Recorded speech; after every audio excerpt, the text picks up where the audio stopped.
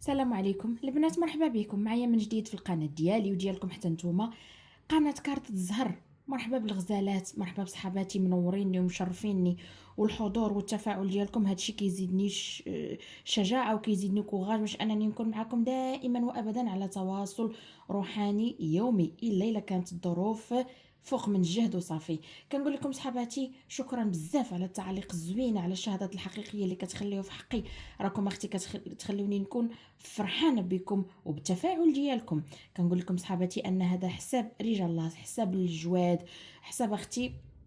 كل وحده وشكون عندها في الجواد وشكون عندها في المحلات. المحله اللي غالبه وسالبه وجالبه راه غتوقف عندك في هذه القراءه ان شاء الله. كنقول لكم الصلاه على الرسول صلى الله عليه وسلم جد مهمه في التعاليق. نوي النيه ديالك اللي بغيتي ربي يحقق ليك وانت كتصلي على الرسول. وكنقول لكم على ان التواصل عبر الخاص كنخري لكم الرقم من الهاتف ديالي في العنوان ديال لا فيديو. مرحبا بجميع البنات صحاباتي الغزالات اللي كيشرفوني دائما وابدا. نبداو بالحنطيه. الحنطيه مرحبا بك اختي، ديري لايك لا فيديو، دخلي سمعي القراءه والفعل ديالك اش غيقولوا لك في هذا الحساب. ولا اله الا الله سيدنا محمد رسول الله يا البنات خير الكلام. قلبك على الزهر، الفرح، التيسير، الطريق العريضه. مازال تفك البلوك اللي بينك وبين السيد مول الفعل، مازال تراجعين انت وياه. كي السمن مع العسل، مازال ربي يفيض الحليب بيناتكم. كاينه تحبيسه وكاينه شمته وكاينه تقليقه، ولكن هذا الانسان راجع لعندك. مازال يعتذر، مازال يعترف بانه كان ظالمك وكان غلط في حقك. الحنطيه وقفت لك شي ورقه بالغيار في طابله المخزن، سواء على عتبه، على فلوس، على عمل، ولكن ربي ورجال الله مازال غادي يطبعوا لك الطابع الكبير. عندك الزواج حبيبه، عندك التريكه، عندك انتقال من مرحله لمرحله. مازال تقطعي البحر على واقف مع ملفه اللي انت دامر عليه النيه. بينك وبينه كاين الغيار وطاقه البلوك، اولا كاين تحبيسه، اولا كاين الامر المخلف. راه كيهضر معاك وراه معاك على لقاء وتواصل، ولكن كاين بيناتكم امر مخلف. هذا الانسان مازال راجع ليك ومازال يتكلم معاك على علامه الفرح. انت لي حاجه اللي دامر عليها نيتك في هذه القراءه غادي توصليها، غادي ان شاء الله تحققيها. مازال ربي يقول الشيء كن فيكون. انت انسانه مسالمه كتبغي راسك وباغا تحققي ذاتك، ما بقيتيش باغا تصنتي لهضره الناس ولا تتبعي كلام الناس ولا شي حاجه، لا، وليتي باغا ديري داكشي اللي غيسلكك وداكشي اللي غادي يخرجك وداكشي اللي غتلقاي راسك فيه الحمد لله مرتاحه ومحققه فيه اهدافك. الحنطيه اختي بنت رجال الله واقفين جوادك بعلاماتهم، واقفين معاك بسلاحهم، محاربين معاك اختي ومحيدين عليك طريق الاذى وطريق الشياطين. انت الحنطيه انسانه مسالمه، ما تحقدي، ما تحسدي، ما تنتقمي، بالعكس قلبك بيض وربي غادي يوصلك للمبتغى ديالك. عندك الصديقات ديالك اللي ديرهم في كتافك. والحقيقه نقول لك كاين هنايا البنت الحنطيه اللي واقفين معاك صحاباتك قلبا وقالبا. ما تشكي في شي وحده. كاينه السمراء طويله اللي نقولوا مربوعه القد، اللي عندها الشعر كحل طويل، اولا اللي عريض الكتاف، عندها شويه الصدر كبير. هنا كاينه السيده اللي خدامه معاك على العتبه ديال العمل، عندها اختي عندها الوجه شويه عريض، كدير فولار اولا متحجبه. هاد الانسانه هي باغيه لك الخير وواقفه معاك، ومازال ان شاء الله تشوفي منهم غير الوجه الزوين، لانك انت انسانه طيبه وربي عاطيك على قد نيتك. اما كاينه هنايا العدوه اللي واقفه لك في طريقك، هذه انسانه سواء بيضاء او لا ما بيضاء، ما حنطيه، ما سمراء، ما زرقاء، ما صفراء، كل نهار كتلقاي وجهها في لون كيتاتا دغيا كتبدل. هاد الانسانه هي اللي حاقده عليك وهي اللي ما باغاش لك اختي الخير. وهاد الانسانه هي اللي واقفه لك في سعدك وواقفه لك في طريقك. كي كتبغي تقولي بسم الله في الحاجه كتلقاها هي كتمزرك بزاف، تعطيك الراي ديالها، تقول لك اش تقدمي واش تاخري، بحال تقولها هي اللي كتسني في بلاصتك في اوراقك، اولا هي اللي عندها تصويرتها في لاكارت ناسيونال ديالك. هاد الانسانه هادي ما عندك ما ديري بها. هادي انسانه خبيثه، وبالخصوص الا كان الاسم ديالها كيبدا بحرف الميم، حرف الفاء، اولا حرف السين. حدا من هاد العدوه حرف الميم، الاسم ديالها فيه هاد الحروف، حرف الميم، حرف الفاء، حرف السين. حدا من هاد الانسانه هادي، لان ما باغاش لك الخير، ما باغاش لك اختي الزهر في حياتك، وما باغاكش توصلي لاهدافك والمبتغى ديالك. هاد الانسانه حقوده ربي ياخذ فيها الحق دنيا واخره. كنشوف هنا البنت الحنطيه اللي ان شاء الله غادي ربي يبشرك بمال. عندك اختي بيت المال غادي تفتح، وعندك فلوس جاياك في القريب العاجل، غتفرحي عليها، غتحققي عليها مرادك، وان شاء الله ربي غادي ينصرك على من عاداك. انت انسانه مازال ربي يفرش لك الورد في طريقك، وكاع دوك الاعداء اللي قالوها فيك خايبه، وكاع دوك الناس اللي ما بغاوكش تنجحي، اللي ما بغاوكش تفرحي، غادي ربي يبعدهم من طريقك. انت اختي كتعشقي البخور، كاين فيكم اللي كتعشق اللون الاسود. الكحل عندك يعني الراحه النفسيه. بعض المرات كتحلي لو بلاكار ديالك ديال حوايجك، كتلقاي نص كحل ونص فيه شويه ديال الالوان مخلطين، فهمتي؟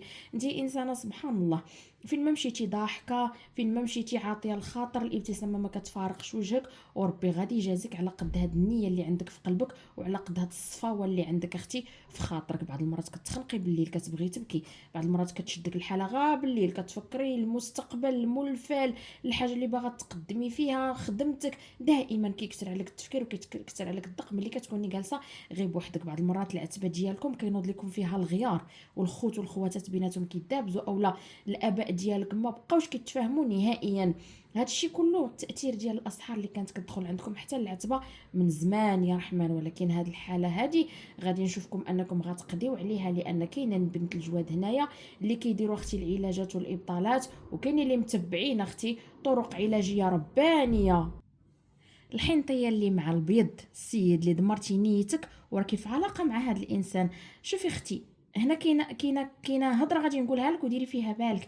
يا اما هذا الانسان راه مزوج، عنده المراه وعنده الاولاد، وراهم في الغيار وراهم في الشمته وراهم اختي على طابله المخزن على طلاق، هو واحد في شي حاجه سميتها الماديات، اوكي، اولا السيناريو كله داير على الفلوس. اما هذا الانسان مازال يكون عنده طلاق مع هذه الزوجه هذه، ومازال ان شاء الله يتكلم معك انت على حديث وعلى كلام فيه زواج، وغادي يوعدك على ان هذه الانسانه هو وياها ماشي ادو، هو ويا مازال غادي يتفارقوا، غادي يرجع لك انت اختي الحنطيه، وغادي يتكلم معك على اساس انه صافي غادي يطلق، وغادي ان شاء الله يكون معك انت قلبا وقالبا. هذا الانسان باغيك، واخا كنشوفوه هنا شبعان مشاكل، ولكن ان شاء الله ربي غادي يدير ليه طريق بين الطريق. هذا الانسان الابيض حاليا راكي معاه على بيت الفراش، حاليا اختي كان سواء كان وقع معاه وقع شي مشكل معاك انتي، فيه كذا مات كذا، فيه حمل او لا، يعني قضيه عذريه ولا شي حاجه، راه مع هذا الانسان الابيض اللي خدام بستيلو، او لا خدام على طابله المخزن، او لا انسان خدام على سلعه داخله خارجه، او لا على طريق غاديه جايه، فهمتي؟ هذا الانسان مازال يكمل معاك. هذا السيد الابيض ثقي فيه،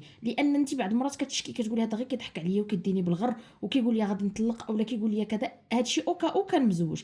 اما الا كان انسان عازب غادي نقول لك تاني حاجه كتعاني من هذا الانسان الحنطيه، ديال ان الاهل ديالو واقفين ليه على الانسان البيضاء اللي باغينها ليه للزواج وباغينها ليه للحلال. هو رفض قطعي، ولكن ما قادرش يقول له، ما قادرش يواجه.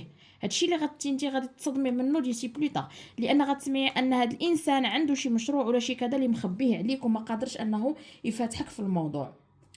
الحين يا اختي مازال تقطعي البحر، مازال تمشي لبلاد برا، ويلاقيك ربي مع الانسان اللي غادي يستاهلك، وغادي ربي يجيبو لك كعوض جميل كي درهمة الحلال في طريقك.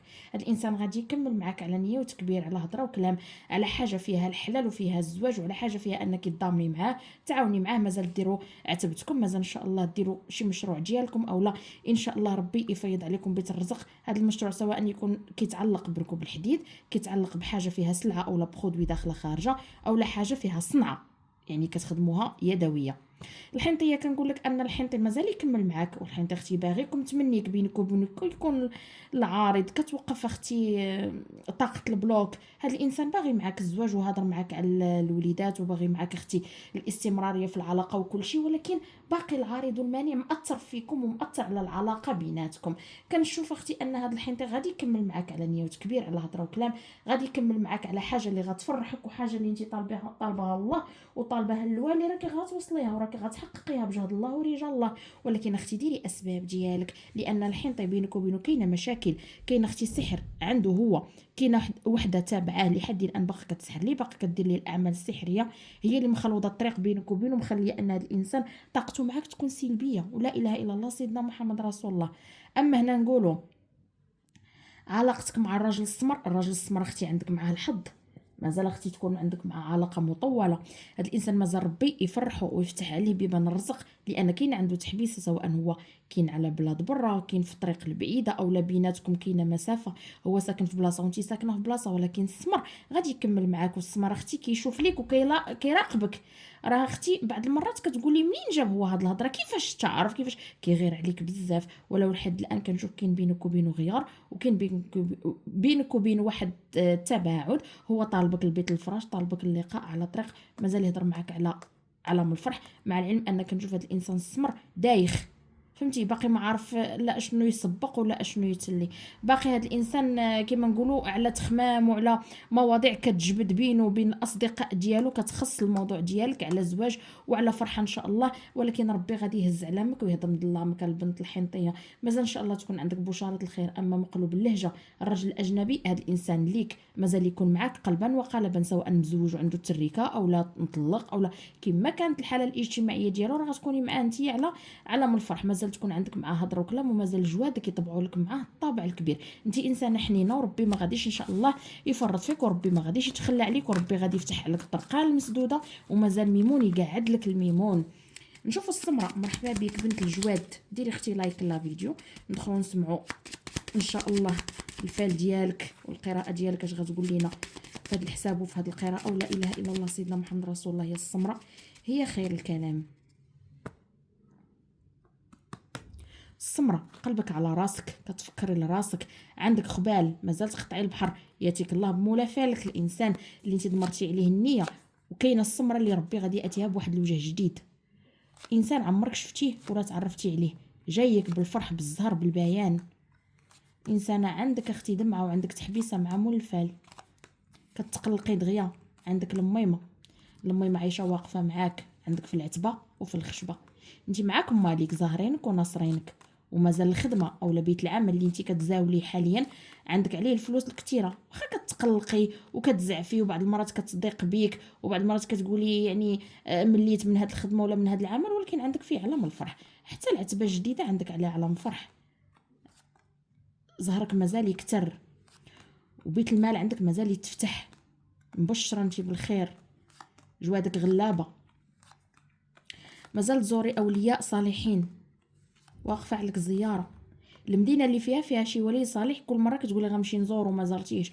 هنا كنقول لك واقفه عليك الزياره ديالو، زوريه بالفرح بالزهر. مازال ان شاء الله على ما كيوقف، مازال امنيتك تحقق، مازال يجي الله يطبعوا لك الطابع الكبير، مازال تكوني انسانه فرحانه بداك الشيء اللي حققتيه وداك الشيء اللي وصلتي ليه في الحياه ديالك. بعض المرات ما كتفاهميش مع مول الفال، لان كتلقي عندك بعض المرات العارض المانع على بيد الزواج اختي. عندك ميمون، وعندك هنا محلة الكحل السودانية، كاين ميمون، كاين اختي حتى الغبويين. انت انسانه بعض المرات كتلقاي راسك باغا تجلسي غير بوحدك، ما باغا تهضري مع حد ولا تكلمي حد. ملي كتاخدي شي قرار كتاخديه ديالك انت، كتحملي مسؤوليته، ما كتبغي تدخلي معك حتى شي واحد في شي حاجه اللي باغا تبدايها اولا تزاوليها.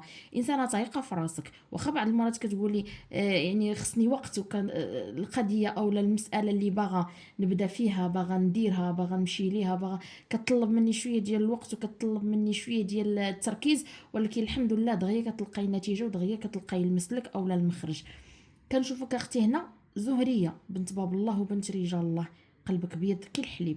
وانت بعض المرات كتمتصي الطاقه ديال البشر، كيشكيو عليك اولا كيهضروا معاك على اللي كيعانيو منه اولا اللي عندهم، انت كتمتصي ديك الطاقه ديالهم، كتولي انت عاطيهم طاقه ايجابيه واخده منهم الطاقه السلبيه. بعدي على البشر، ما عندك ما ديري بالتريكه اللي غتبقى غير كتشكي عليك وكتبقى غير فهمتي كتخلي امورك ديما انت مخلطه ما بين العاطفي وما بين العقل وما بين المعقول وما بين فهمتي كتخلطي الامور. انت اصلا اللي قصدك ما كيمشيش خائب، فهمتي ما كتخيبش الظن ديالو. اللي يبغاك توقفي معاه كتلبي ليه الطلب ديالو في البلاصه.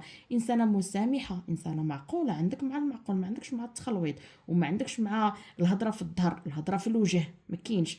انسانه عندك غير نيشان كتران. عندك تبارك الله زياره المقام ديال المي عايشه عندك بالفرح بالزهر، النيه وحاجتك فيها مقديه. مازال ربي يحل عليك العقده، ومازال يجي الله يطبعوا لك الطابع الكبير. جاياك عتبه جديده وجايينك فلوس كتيره، جايك عتبه عمل جديده على طابله المخزن تصايبي ليها اوراق اولا تدفعي فيها شي دوموند ولا شي حاجه، جايك بالفرح وبالزهر. بعض المرات كتلقاي راسك انك كتمشي كتدفعي شي ورقه ولا كتبغي يعني تقضي شي غرض على طابله المخزن وكيتعكس لك. هنا كنقول لك ماشي كيتعكس لك، ما عندكش فيه الخير، خذيها مني بالباين، ما عندكش فيه الخير. لان ربي كيقول لك هادشي اللي بغيتي انت من طابله المخزن اللي معقد عندك وواقفه عندك الامور ديالو راه ما فيهش الخير. عندك علامه الفرح على الحاجه اللي غادي تقضيها انت وغتكون ميسره. اما اللي تعكست عندك غير خليها وخطيها وزيدي من طريقها. عندك مشروع زواج تبارك الله قائم بذاته، مازال مول الفعل يكمل معاك على نيه وتكبير، ومازال يعترف لك بالحب ديالو. هذا الانسان هذا كيموت عليك، نقول لك البيض قائمه ديال قائمه ديال الوجوه البيضين هنا اللي عندك في حياتك، ناويين معاك الزهر والفرح، باغيين معاك اختي الحلال من باب الواسع. هنا كاين الرفض من طرف الام ديالو والاخت ديالو، شي وحده من العائله اللي اختي واقفه بينك وبينه بالغيار وبالهضره اللي انت ما تبغيش وبالتحراش وما عندك ما دير بيها، وهذه يعني كيضربوا لك في السمعه ديالك سبحان الله. وربي مازال غادي ياخذ لك حقك من هاد الناس البنت السمراء اللي كيهضروا فيك بلا ما يعرفوك شكون انت ولا شنو كديري ولا فهمتي. هاد الناس هادو الغرض ديالهم انهم يبعدوك على هاد البيض بالحق. البيض باغيك، مازال يهضر معاك على الزواج، مازال يكمل معاك على النيه وتكبير، مع العلم على ان هذا البيض انسان كيشك بزاف، كيقول هذه انسانه عندها شي واحد اولا فهمتي، بحال كيشك، بحال كيبقى يسولك اولا كيغير عليك بزاف.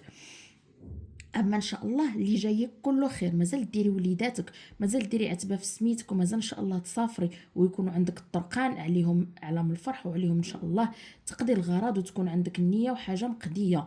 كنشوف هنايا السمره اللي قاطعه البحر، كتشوفي اختي راسك انك ما عندك السعد، كاع اللي حسبتيه قريب كيخرج لك غريب، كاع اللي ظنيتيها فيه زوينه الا وكيصدمك بشي تصرف اللي انت ما تقدريش انك تسيبورتيه. كنشوفك حبيبتي هنا مازال يكون عندك تحقيق الامنيه وتحقيق الهدف، انت انسانه مسالمه كما قلت لك، كتسمحي في حقك وبعض المرات كديري راسك ما شفتيش وما عرفتيش وما كداش، غير باش انك تسلكي الامور وتخليها تمشي بخير وعلى خير.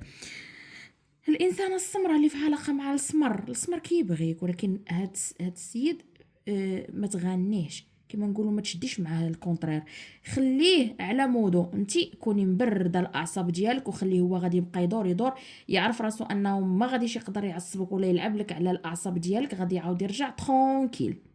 فهمتي، هو راسو غليظ كما نقولوا، فهمتي، هو انسان بحال تقولي متمسك بالراي ديالو، متشبت به، عصبي هو، وبعض المرات كيتغير وكيعطيك بالكفا وكيعطيك اختي بالظهر، وكتولي كتقولي هذا الانسان مالو، واش غير هضره جوج كيولي كيتصرف هكا.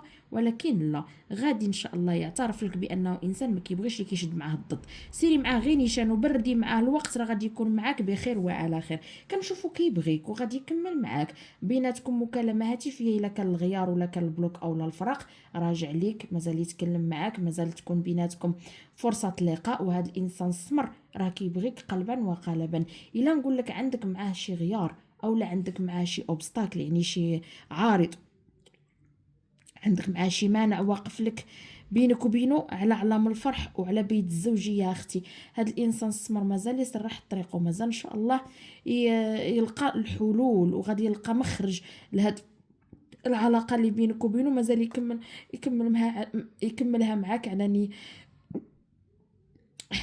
نيه وتكبير. كنشوفك اختي معصبه بزاف ومشدوده من طرف هذا الانسان السمر، بينك وبينه كاين الغيار، لان انا دابا تلبست ولبستني واحد الحاله اللي هي انورمال، يعني هادشي كيعكس الطاقه ديالك، راه وصلتني حاليا يا البنت السمراء.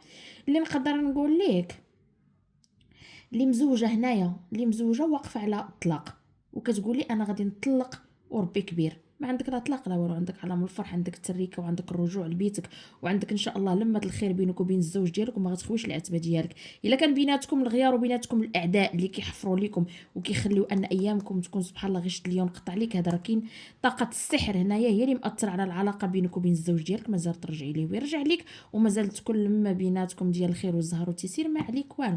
الحنطي عندك مع لقاء على باللوقات، الحنطي كيعاني من مشاكل كيعيشها حاليا، سواء مع الاهل ديالو، سواء مع انسانه كانت مع على بيت الفراش وباقي لحد الان تابعه، باغا منه الفرحه والزهر، باغا منه الزواج، وهو عاطيها بالظهر، عارف راسو ان هاد الانسانه ما صالحاش ليه، جاي لعندك السمره في طريقك وطايح في حجرك، مازال يكمل معاك، ومازال هاد الانسان يعترف لك بان عنده مشاكل كثيره، وغادي يطلب منك يد المساعده باش انك تعاوني انت وياه باش تحققوا اهدافكم وتحققوا مرادكم. هذا عندك معاه اللقاء، هذا الحنطي مازال يرجع لك على باللوقات، حتى الا كان بيناتكم الغيار اولا الفراق، غادي يعترف لك انه انسان غلط، وانسان ما كانش خصو يدير هاد الفعله اللي دار، وغادي ترجع لما بينك وبينه، مازال ان شاء الله الامور تطور حتى للزواج، ومازال ان شاء الله رجال الله يطبعوا لك الطابع.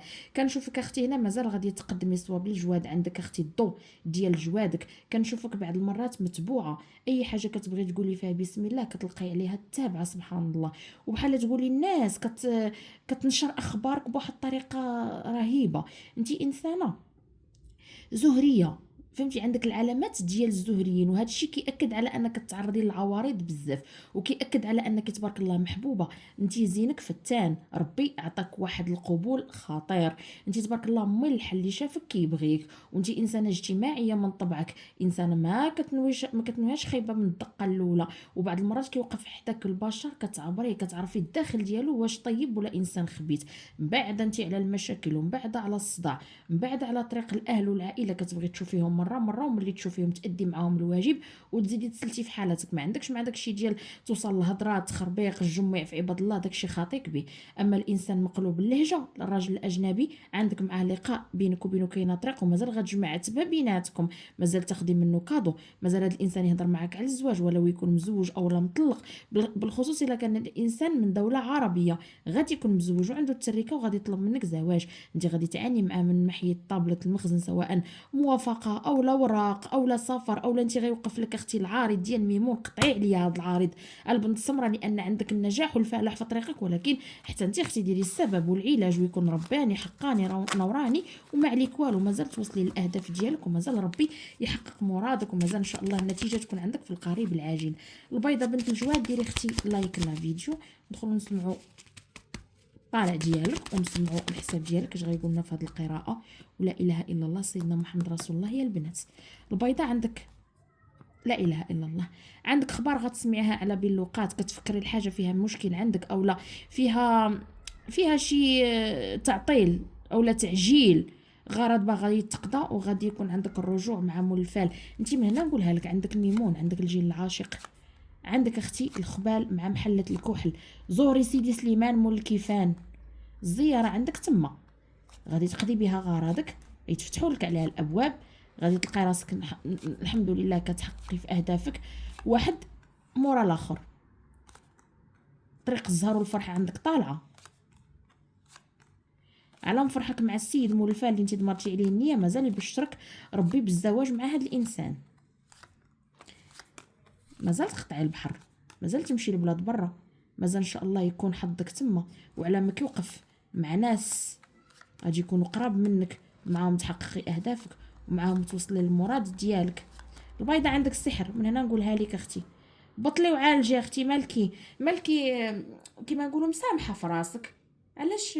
علاش كتخلي ان هاد الامور الدنيويه هي اللي تطغى عليك وتطغى على الطابع ديالك؟ بالعكس، كوني انسانه شجاعه، عزيز عليك راسك بزاف، وما تبقيش كتخافي وكترددي في اي حاجه بغيتي ديريها عندك فيها التردد، وعندك فيها مئات تخميمه وتخميمه عاد باش كتقدري انك تحققيها. شوفي اختي، انت مازال تحيدي عليك العارض والمانع، وكاع اللي جايك خير، حيدي عليك هذا. شفتي هذا سببه الفقيه اللي خدم لك خدمه سوداء شيطانيه، خلات ان امورك تكون معكسه وتكون معكله. كاين هنا اللي عندها مشكل في طابله المخزن على حاجه ثقيله عليها، بيت المال يدخلك بحال الشتا، وانت علاش اختي مخليه هاد الامور معكسه لك طريقك ومعكسه لك اي حاجه بغيتي تقولي فيها بسم الله. عندك مول الفال اللي حاليا بينك وبينه بيت الفراش، مشاركه معاه العتبه، مازال ربي يبشرك معاه بشاره ديال الخير، عندك مع طريق والفرح، مازال العلاقه بيناتكم مكمله، مازال يهضر معاك على الحلال وعلى طابله المخزن، ولكن انت عندك عارض واقف لك، هذا العارض وهذا المانع مخلي ان امورك اللي فيها علام الفرح على زواج تكون معطله وتكون معكسه. عندك ميمون اوكي، وانت الميمه هازه سلاحه ومحاربه معاك، وعندك البحريه، انت زوري عطي الطبوخه ديالك، قدمي هديه، ديري الصواب، عطي الحزاره، وهذا الشيء كله ان شاء الله غادي يتفك. ديري اختي علاج وابطال على المسائل اللي عندك فيها الغيار والخبال والتحبيسه في العتبه. اوكي، انت دخلاتكم العتبه ديالكم شي خدمه شيطانيه ديال شي فقيه، وتشعلك انت فيها شي شمع ديال الكراهيه والشمع الكحل، خلى امورك تكون مع مول الفال مقلوبه راسا على عقب. كاينين شي ناس اللي مراقبينك ومحاولين انهم يعرفوا اسرارك، يعرفوا الجديد عندك في حياتك، لو فات انهم يسمعوك بغيتي تزوجي ولا عندك علامه الفرح، فديك الدقيقه وفي ديك الساعه كينوضوا اختي، كيبداو عليك بالاسحار، كيبداو عليك باللي فهمتي اللي بلي يكسر لك خاطرك، اولا اللي يخليك ما راكيش مرتاحه ولا كذا. ولكن ربي ورجال الله مازال ان شاء الله غادي يطبعوا لك الطابع الكبير، مازال حياتك تنور، مازال ان شاء الله تعيشي داك المستوى اللي انت كتحلمي به، ومازال ربي بعد عليك الفعات اللي في طريقك هنايا يا صاحبتي غادرينك وشامتينك. بعض المرات كتحسي وكتعيقي، وبعض المرات كتكوني غير بنت باب الله، فهمتي اسرارك كتقوليها، حوايجك كتعطيهم، كلشي كديريه، وهادو راه اغلاط كبيره. غادي ننصحك هنا اختي بانك ما تعاوديش تحطي يدك بحال هاد المسائل، لان غادي تغير لك المود ديالك وغتخليك انسانه كما نقولوا طيح لك المورال. هنا مازال ربي ورجال الله يكملوا عليك بالزهر وبالخير وبالتيسير. مازال حياتك تنور مع منفال الابيض، هذا مازال يدخل العتبه، مازال يكمل معاك على نيه وتكبير، مازال ان شاء الله يكون عندك معاه على من الفرح، على الحاجه ثقيله، على تريكه، على طريق، مازال تسافري معاه لبلاد اخر، مازال رزقك يكثر. انت تبارك الله انسانه مرزقه زهريه، فين مزتي كيزيد الخير. المحل اللي دخلتي ليه كتلقاي تبارك الله الخميره فاضت فيه. هذا الانسان وكذلك غادي يكون عندك معاه بيد الزوجيه، غادي يكمل معاك على نيه وتكبير، مازال ان شاء الله تكون عندكم طريق مشتركه بيناتكم، اهداف مشتركه، ان شاء الله مستقبل مشترك، مازال ديري ولادك معاه، مازال ان شاء الله ربي يكمل عليك معاه بالخير وبالتيسير. وكنشوف هنايا الابيض اللي كيسافر عنده طرقان، بعض المرات كتشكي فيه كتقولي عنده شي علاقه ولا كذا، حتى نقولوا حتى الا كانت عنده شي علاقه قديمه مع انسانه كان معها على بيت الفراش، راه باقي السحر ديالها مأثر عليه لحد الان. دير ليه ثقافات، مخلي ان الامور ديالو معكسه، والام ديالو سبحان الله سواء عيانه شويه في الصحه ديالها او لا، هو وياها في شد ينقطع عليك بمساله الزواج معاك يا البنت البيضاء. لو فات انه يذكر ليهم انك انتي انسانه غادي يكمل معاها دينه وتكوني موت ولاد وكذا، الا وكينوض عنده الصداع سبحان الله. فهمتي؟ ما فهمتش انا هاد الناس مالهم. لا اله الا الله. مازال تبشري بشاره خير على بيت العمل اللي انتي فيه حاليا، سواء غيتزادك في الصالير، غادي تزادي في الكراد، سواء غتطلعي من مرحله لمرحله كبر منها، مازال ان شاء الله غتبشري بيت العمل عندك عليه ان شاء الله خير وتيسير. هاد النفعات اللي معاك اختي في العتبه ديال الخدمه ديالك باقي ما عقتيش بهم، ولا عقتي وبغيتي كيما نقولوا تسلي الزغبه من العجينه بلا محنه بلا فضايح، برافو عليك، هكا تصرفي. خلي الامور تكون هادئه، ما تصرفيش بشي رياكسيون اللي غتندمي عليها من بعد. خليهم يظنوا انك ما عايقه بوالو، ولكن انت راكي عايقه وفايقه، ما تاكلي من عند حد، ما تاخدي حاجه من عند حد، وما تيقي في حد. خلي الامور بيناتكم تكون سطحيه، تعاملي معامله زوينه، وراه هادشي كله غيتسمى ان خيرك يغلب شرهم، وغادي يميكوا عليك وغادي يعطيوك اتساع. فهمتي؟ اما علاقتك مع السمر هنايا، كنشوف السمر عنده مشاكل كثيره كيعيشها حاليا، سببها الخدمه، السفر، عنده السيده باقا معاه لحد الان في علاقه يا البنت البيضاء، شاده فيه وباقا معاه لحد الان في التليفونات ولا كذا. هو هذا الانسان كيحاول كيما نقولوا يسل الزغبه من العجينه، وكاين اللي فعلا طايح مع السيده السمراء اللي باغيها وناوي معاها على ما الفرح، وهو وياها على النيه وتكبير، وانت اختي كيما نقولوا غير باساجي، غير خضره فوق طعام. حضي راسك مع هذا الانسان السمر باش ما يصدمكش واحد النهار. شفتي؟ هو عنده طريق مع هذه الانسانه، عنده معاها لقاء، عنده معاها مكالمه هاتفيه، مازال اختي يكون معاها موضوع ديال الفرح على طابله المخزن. هاد الانسانه خدامه تبارك الله بالمال وبالجاه ديالها، ما خصها والو، خصها غير السمر يكون معاها. ولا كان هاد الانسان طماع وغرضه غير في المال وفي اللي عندها وكذا، راه غادي اختي يخلي طريقك وغادي يتمشى مع هاد الانسانه السمراء هادي. شوفي البيضه انت متبوعه، لان هاد العارض وهاد المانع اللي عندك مخلي ان امورك مع مولفال قريبه على زواج. ما بينك وبين الزواج وتحقيق الهدف والامنيه غير خطوه، ولكن العكوسات اللي لاقياك حاليا مخليه امورك تكون مسدوده حتى لهنا ووقفت. لا، الحين كيشوف ليك وباغيك عندك معاه لقاء على بيت الفراش، على العتبه اللي كتكوني معاه فيها، باغيك الزهر والفرح، باغيك هذا الانسان انك تكوني سند وتكوني بالنسبه ليه كل شيء. ولكن حاليا كنشوف تباعد، انت من حد هذا لاصق فيك هنا، الا والامور كما نقولوا ما تعجبش. ولكن لو فات ان هذا يحيد، غادي تلقاي اختي طريق الزهر والفرح والتيسير على اي حاجه بغيتي تبدايها، بغيتي ان شاء الله تقولي فيها بسم الله، عندك عليها النجاح وعندك عليها طريق الفرح والزهر والتيسير.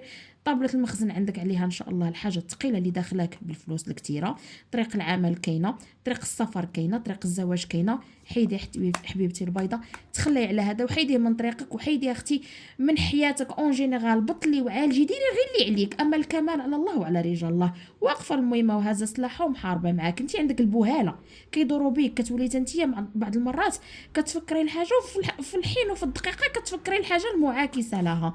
لا اله الا الله. البنت البيضاء مازال ربي يحن عليك، ومازال يهدم ظلامك، ومازال الحاجه ثقيله توصليها، ومازال ان شاء الله تحققي اهدافك ومرادك. ولكن حتى انت جري على راسك، اللي عليك ديريه، وكمان على الله وعلى رجال الله. كان هذا فالكم يا البنات بحساب الجواد. نتلاقاو فيديو جديد وبسلامه عليكم.